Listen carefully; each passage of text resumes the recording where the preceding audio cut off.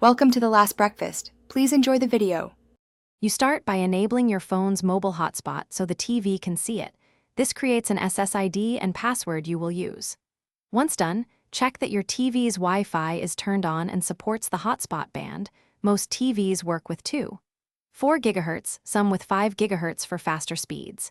Make sure cellular data is active and the phone stays charged. A low battery or sleep timeout will drop the connection. On your TV, navigate to Settings, then Network, and choose Wi-Fi to scan for your phone's SSID. You will see the hotspot name you set earlier. Select it and enter the password exactly, case matters. Then choose the band, pick 4 GHz for better range if the TV is far or 5 GHz for higher throughput if close. Once connected, keep the phone nearby and disable hotspot sleep or timeout so the link remains active during streaming. After connecting, test by playing a short video or opening a streaming app to confirm the TV has internet and to observe quality. If playback stalls, reduce resolution to save bandwidth and check your cellular data usage to avoid surprises.